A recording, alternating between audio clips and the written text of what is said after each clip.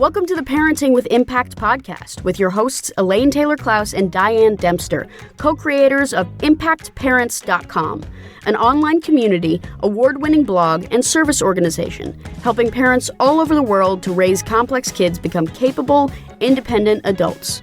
Hi everyone, Elaine and Diane here, and we know that you want your complex kids to grow up to be happy and independent, and yet you're not always sure how or when to help with that. In this podcast, we'll encourage you to collaborate with all kinds of complex kids and support them in navigating life and learning. And we'll interview leading experts from around the world, as well as parents in our own community, talking about how training for parents actually helps these complex kids. We'll talk about the issues we hear parents struggling with all the time and how a coach approach can support and empower your amazing young people. We won't tell you what to do. We're going to help you figure out how. So let's move on to the next conversation. Welcome back, everybody, to another conversation in the Parenting with Impact podcast. I am super excited for this conversation. My guest is Dr. Andreas Krafft. And when I was at the European Congress on Positive Psychology this summer, this is being recorded in the fall of 2024. This summer, I had the privilege of speaking at this conference, and I had the great privilege of hearing and getting to speak with one of the keynoters. Andreas did this.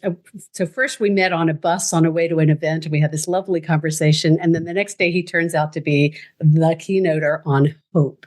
And as you can imagine, I was just taken by this conversation and the research he shares, which is just extraordinary. And what really struck me about it was how resonant it is for our audience, for our community, because we often say parents come to us in a place of desperation. And what my job is to help parents find inspiration and find hope and to connect to the possibilities, because these complex kids are challenging, but they're also extraordinary beings and they have extraordinary capacity. And so this conversation about hope is super resonant because we parents need to see the hopeful potential for our kids, and our kids need us to see it for them so that they can find it for themselves.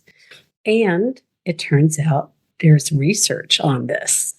And so I invited Andreas, and he's been so generous to join me for this conversation. So Andreas, thank you. Welcome.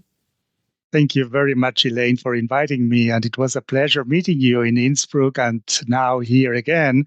So I'm very pleased to talk with you and to share our experiences and our research findings of almost 15 years of science and research on the topic. And global research. This is what struck me, the research talks about all these countries all over the world, I think, except for the US, if I recall. We're working on that. So why don't you introduce yourself and do a better job than I could of helping people understand what makes you a wise voice to speak about hope? Well, I don't know if wise, but at least experienced. Okay. Thank you very much, Elaine. Yeah. I mean, hello, everybody. Yeah, I'm living in Switzerland at the moment for the last 30 years. My wife and me came to Switzerland from another continent, from another country, from South America. We are both Argentinians, so we grew up in Buenos Aires. And there I studied the college and university. And then we came to Switzerland, especially for my PhD at the University of St. Gallen, where I teach and I do my research. I'm, on the one hand, member of the Swiss and the European Association of Positive Psychology.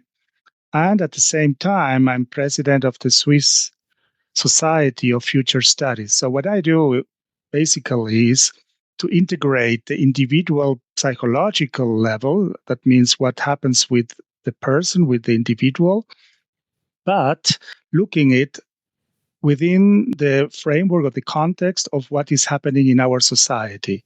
That means I integrate social issues or the topics that very much are challenging us nowadays in society or in our planet at large with the impact, but also the resources individual people might have in order to cope with that. So we have the term that's often used to describe you as you're a futurist. I'm a futurist, but maybe people think that futurists know something about the future, and I don't anything about the future, because the future doesn't exist and never will exist. Just the future is something that happens between our two ears, in our brains, in our mind, especially. And what we study, especially me, is how people think about future, about the future, or the futures in plural also. And the way we think about the future impacts very strongly on how we live in the present today. And this connection between what we experience now, not only individually, but also collectively in our society, and how that influences our view with regard to the future, and vice versa, how this view of the future impacts and influences our decisions, our way of living, our quality of life, and so on. That is the main topic of my research over the last 15 years. As a coach, we talk a lot about the value or the importance of understanding perspective.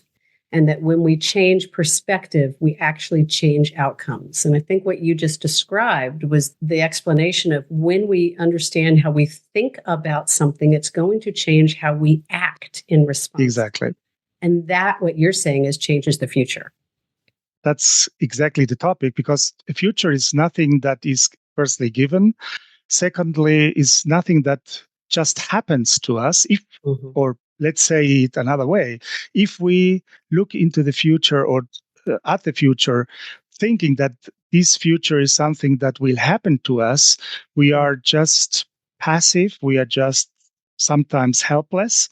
Maybe we are also just waiting for things that happen, but we have another way of thinking about the future. And this is not that the future will happen to us, but we will do the future. We will go into the future, and we are going to shape the future and to construct the future, and and not only me, myself, but we together, because it's not only about myself, but it's about how we just shape a future together. Well, I'm so struck. We've been having this conversation a lot because here in the United States, obviously, we're going through some turmoil. And not only the U.S. True, around the world. And I've been talking, my kids are now young adults. And so I've been having this conversation. One of my kids is very much a philosopher in his mid-20s. And talking about how the world shifted after 9/11. And in 2001, the ways in which fear became an integral part of people's daily life in a way that it wasn't for many before then. And so I'm curious, this notion of what are the conditions that have people feeling stuck, like the world is happening to them, versus feeling capable of creating change. Can you speak to that a little? Well, yeah, basically, first of all, I wanted to say also that we also have 2 children, and they are all in the mid-20s. So our experience with our children, not only during the last few years, but all the trajectory through childhood and then the adolescence and so on, was very important to me, not only for studying Hope, but living it with these 2 young adults now.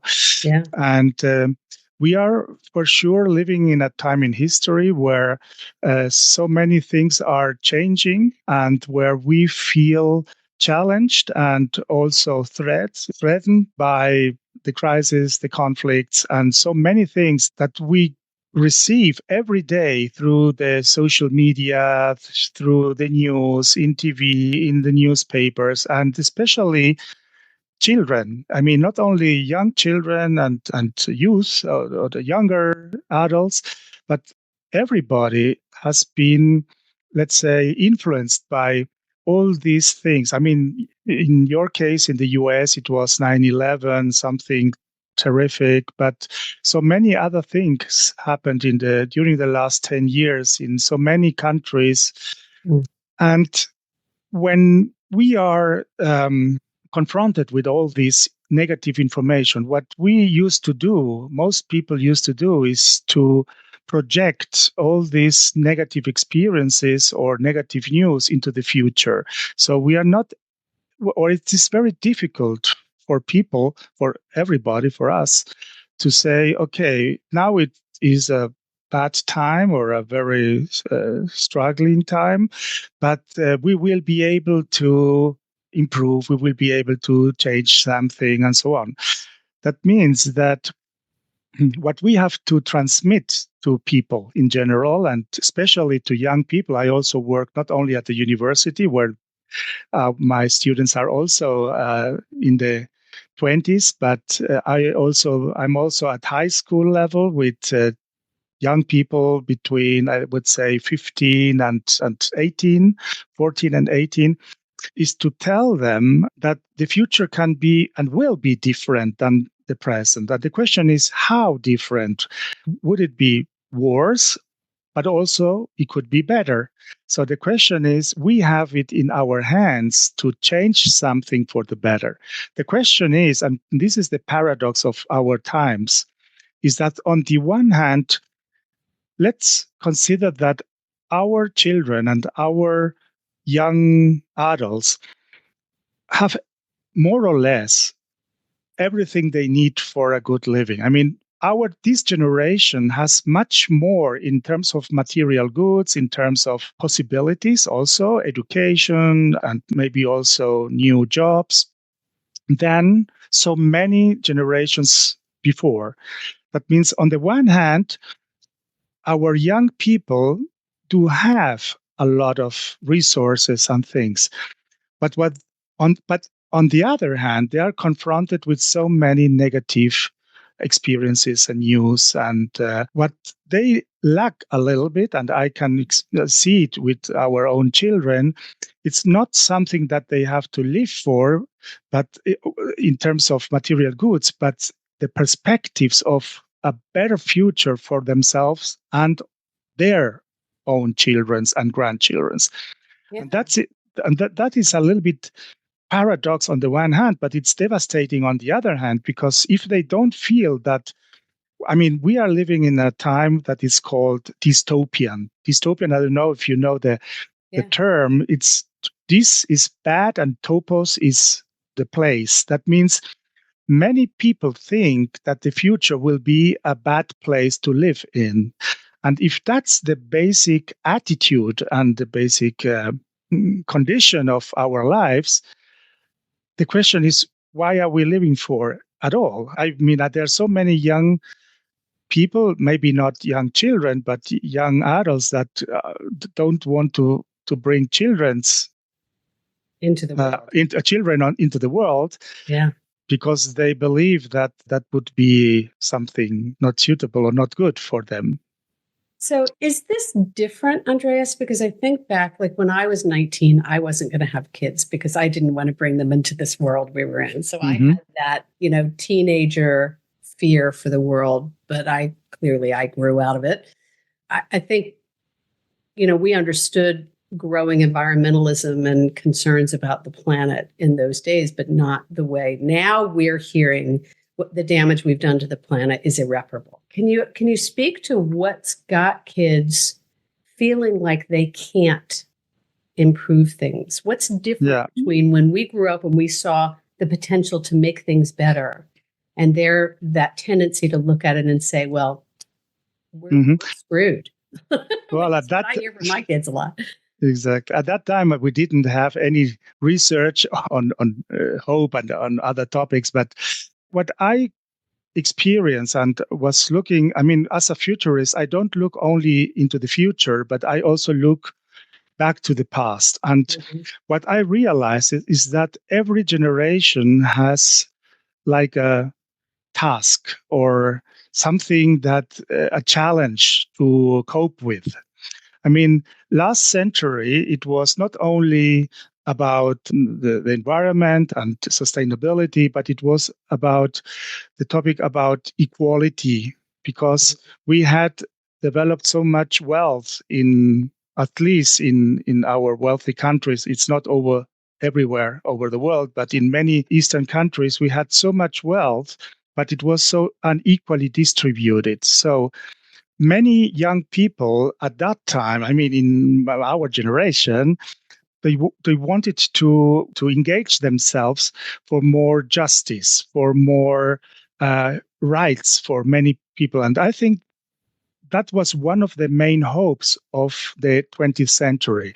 And that was at the end of the century, what we achieved is to have a little bit a more equal society in terms of ethnicity, in terms of human rights, in terms of rights for women, for children, for, well, the United Nations, and so on. So, I mean, we're not done. Not there yet. Not there yet. So, and the topic of the environment, I mean, at that time, young people engaged in demonstrations, in different events, and so on. And I think that at that time, it was very impactful because the awareness of general society started to increase. However, maybe we were much more focused on our material wealth and on so many, on earnings and everything, and on maybe, getting or having more equality in our society, that we a little bit forgot, that issue of sustainability and of environment. And at that time, what we have achieved is, at least compared to the 19th century and the previous centuries, was huge. I mean, we have done so much, not our generation only, but the generation before.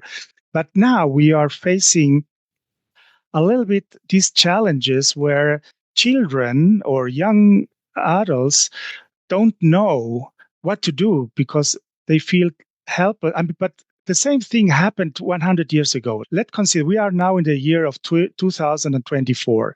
Let's go back to 1924, at the beginning of the 20th century. I think at that time, I'm not able to speak about the US, but from my point of view, women, Black people, and other people with other ethnicities might be, they were at that time as frustrated as our generation is today with regards to the challenges that we are facing today. And it is a little bit a repeating pattern that we can see. That consider living in Switzerland, and Switzerland is one of the most wealthy countries in the world.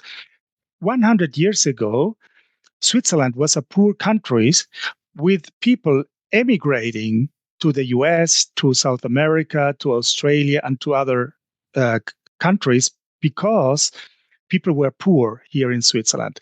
And at that time, people were not able to imagine how wealthy the country would become at the end of the same century. Understood. The same thing is happening now. We are facing the big challenges. One of, I think, the biggest challenges in history of mankind is that, we are facing these challenges with regard to peace, sustainability, and health. These are the big three issues in the 21st century. And we are experiencing exactly the opposite of what we hope for. We are experiencing conflicts, we are experiencing pandemics, and we are experiencing, ecological and climate catastrophes and crises. I think we are not able, and we should be, because we should do something about that, and not only something, but a big deal about that. But we are not able to imagine that at the end of this century, and for some it might be too far away and too late, but we should be able to imagine that things that are not imaginable now could be possible in that period of time. Our challenge, we are not able to change, and this is I think that what hinders us to engage ourselves. We are used to engage ourselves with short-term profits in general terms, not only economically speaking, with positive gains. Right. So we think that everything that we do must be rewarded in a short period of time. That means in a couple of months or a year. The big challenges in our times are not, we are not able to solve them within 1 or 2 years. These are engagements and projects that will last for the next 30, 40, 50 years. But we have to do something now. That means that we have to transmit to the young generation, but to people and also in general, that we must have this hope that we will be able to improve and to change our world for the better. Because if we don't believe that what we are wishing for is possible, what we will do is to just keep our hopes, our wishes, our desires, and we will focus not on something that we will achieve, but we will focus on things that we don't want to lose. Yeah. So that explains so much of the totalitarianism happening around the globe, is that exactly, and this is losing what we have. I want to pause this for a quick moment. We're going to take a quick break, and we'll be right back. Hi, it's Elaine. And if you like this podcast, you'll love our coach approach. Whether you're a parent looking for support or a professional supporting families, we invite you to download a free guide with 12 key coaching tools at impactparents.com/gift. You can begin using a coach approach to help kids become more independent or improve all of your conversations at work and at home. That's impactparents.com/gift. Welcome back, everybody. My guest is Dr. Andreas Krafft, and we are having an existential conversation about life and change and hope. And you were just saying that we must have hope that things will be able to improve or change. And without that hope, we end up getting stuck in this world of fearing our loss. We get very focused on ourselves. Sometimes I think we have not an incorrect definition of what is hope. Maybe some people think hope is just wishful thinking, or when we don't have the possibility to change anything, then we just have to hope. And that's not the case. Hope is the condition for action. If we don't, for action, because consider if you are, for example, looking for a job, but you're not hoping for getting any jobs, you won't apply for any job. That means, or if you don't believe that what you are hoping for or wishing for would be possible, then you will just be frustrated and you're not going to do anything about it. For example, a person that is maybe wishing to find a new partner just to have somebody to share his or her life with. And maybe this person has lost hope for finding somebody. The natural consequence is that this person wouldn't do anything to find and or to meet other people in wherever the person is. That means hope is, on the one hand, the condition for action, but at the same time, the recognition and or the acknowledgement of our own limits, that we are not able to do it alone.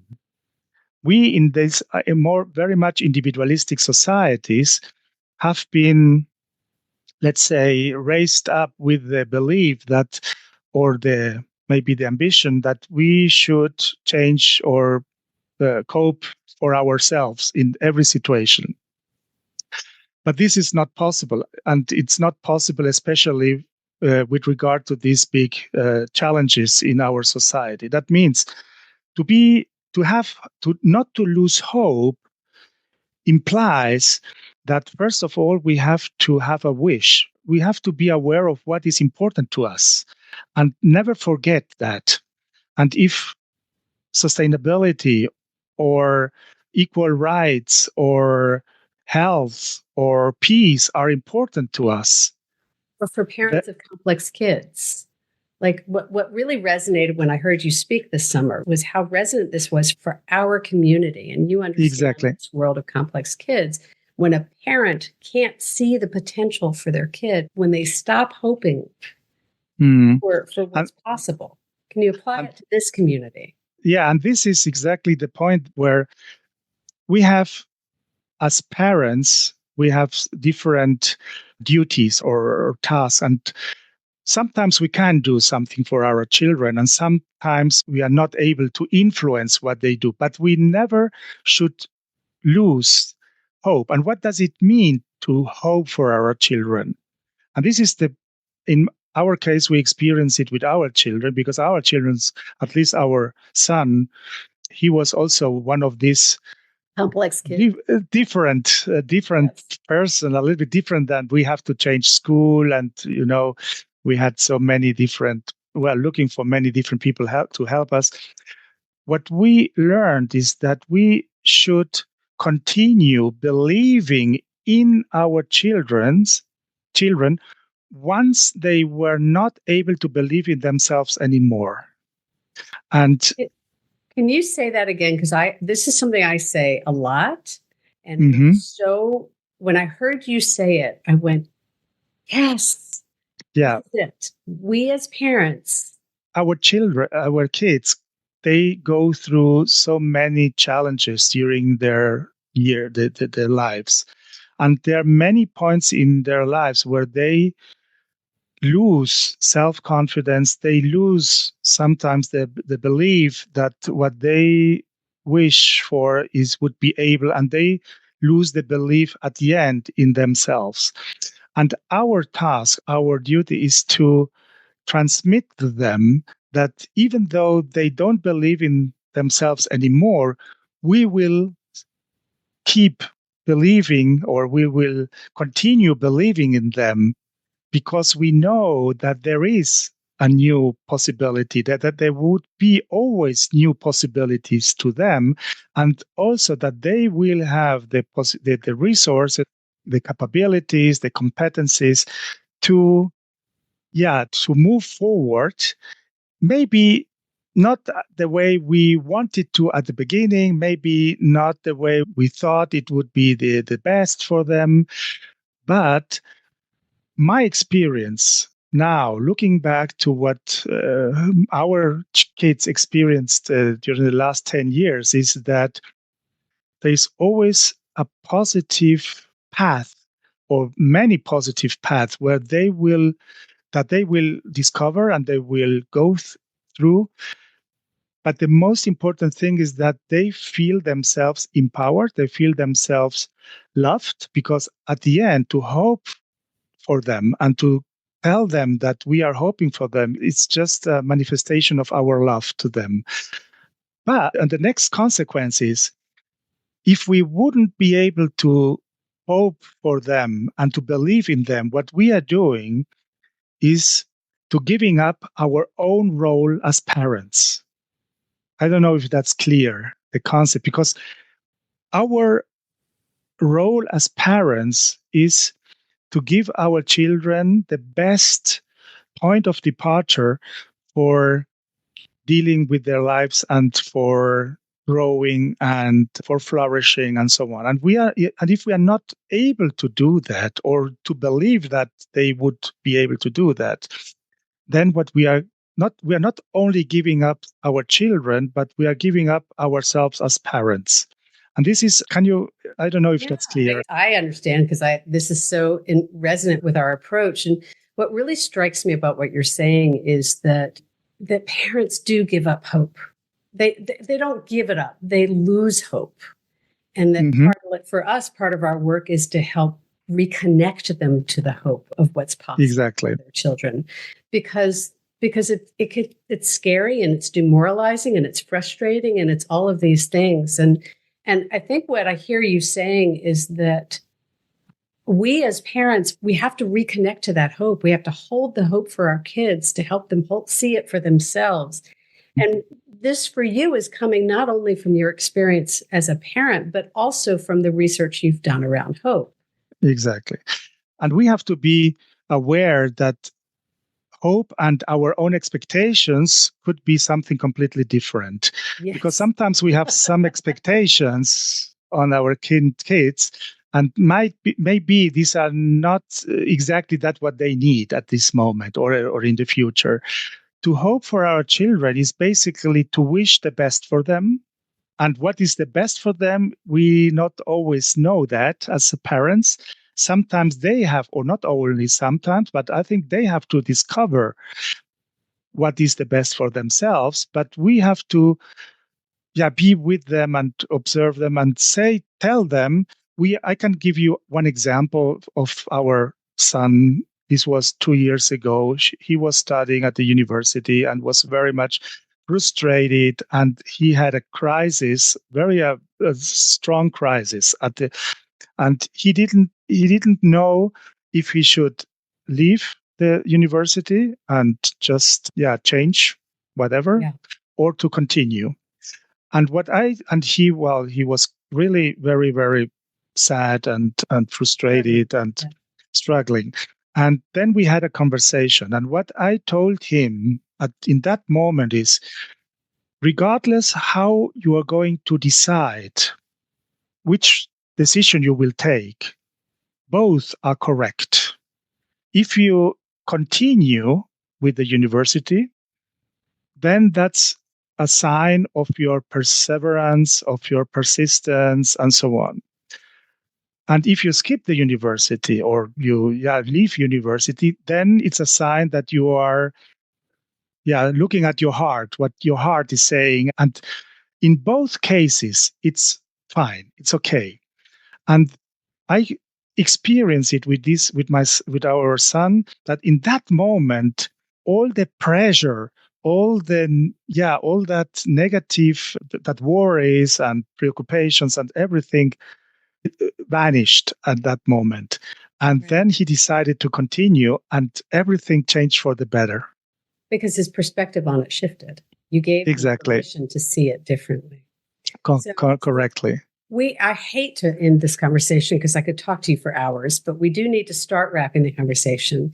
Why don't you tell us how people can find out more about you? I know there's a book, there's a great deal of research. Where do we want to direct people? I know there will be links in the show notes, everybody, because there's too much to him to say. We have several books in English. One of those, it's for the general public, not only for the scientific community. And the title is Our Hopes, Our Future, by Springer at the Springer Publishing House. And we'll put it in the show notes, everyone. Yeah. And we are working on a new website that I will share with you during the next week. So I think you can contact me as well.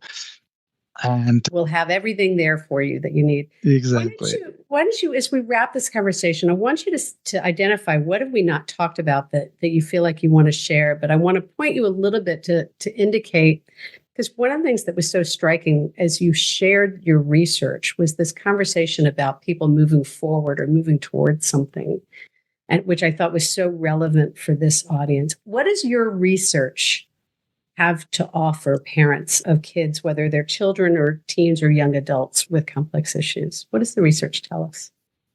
Basically, that future is open. If we despair, what we are doing is we are closing up our future. Hope is about opening the future again, looking at the possibility, maybe not at the moment, because sometimes we are captured or struggling with the future, with the present, but imagining a better future is a task that everybody can do. And we have to open up our minds or our attitudes toward the future and never lose not only the hope, but the belief that even though it will be difficult, because going towards the future is not just a Sunday walk. It's a very difficult, a very risky hiking, let's say, but it's worthwhile doing it because it's our lives. I mean, we are living in the present, but the rest of the world, the rest of our lives will be in that what we call our future. That means we are we have the responsibility for ourselves and also for our children to never lose the belief that the future could be better. Because if we lose that belief, we are giving up hope and we are giving up our children. Beautiful. So what's the message to the children of this generation who hear that and feel like it's too late? You've already ruined the planet. You've already screwed it up for us old people. It's never too late. I mean, if we live our lives, if we value our lives, and if we value our planet, and we are in love with, let's say, not ourselves only, but self-love. It's something positive. It's not egoism, but it's self-confidence and self-esteem. If we don't want to lose self-esteem, if we don't want to lose the love that we feel towards other people and the love that we should feel to this whole creation, our planet, then it's never too late. It couldn't be too late, because we are still able to change something for the better. Beautiful. What a lovely, lovely message to end on. Thank you. Andreas. Thank you too. I am so honored to know you. Thank you for the work that you're doing in the world. It is, I encourage everybody to look for the book and look for the website. It is so hopeful and inspiring and uplifting to see what happens when these researchers, these scientists, are exploring these conversations with people all over the world, and to see all the different countries and how they tend to approach the thoughts about change and thoughts about the future. It's quite fascinating, and it's important. So thank you very much, Elaine. And your work is also very, very inspiring and important too. Thank you. I appreciate it.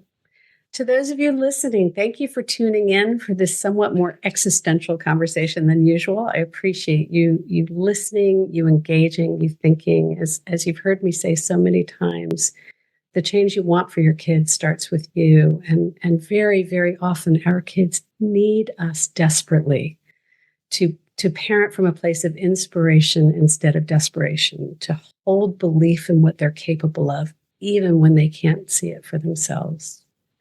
So I invite you to take a moment and think about the conversation that you've just listened to, and ask yourself, what are you taking away from this conversation? What's one gem? What's one insight? One aha or awareness? What do you want to take with you and bring forward with you into your future? Maybe it's a conversation you want to have with one of your kids or with your co-parent. What are you aware of in this moment? And as always, thank you for what you're doing for yourself and for your kids.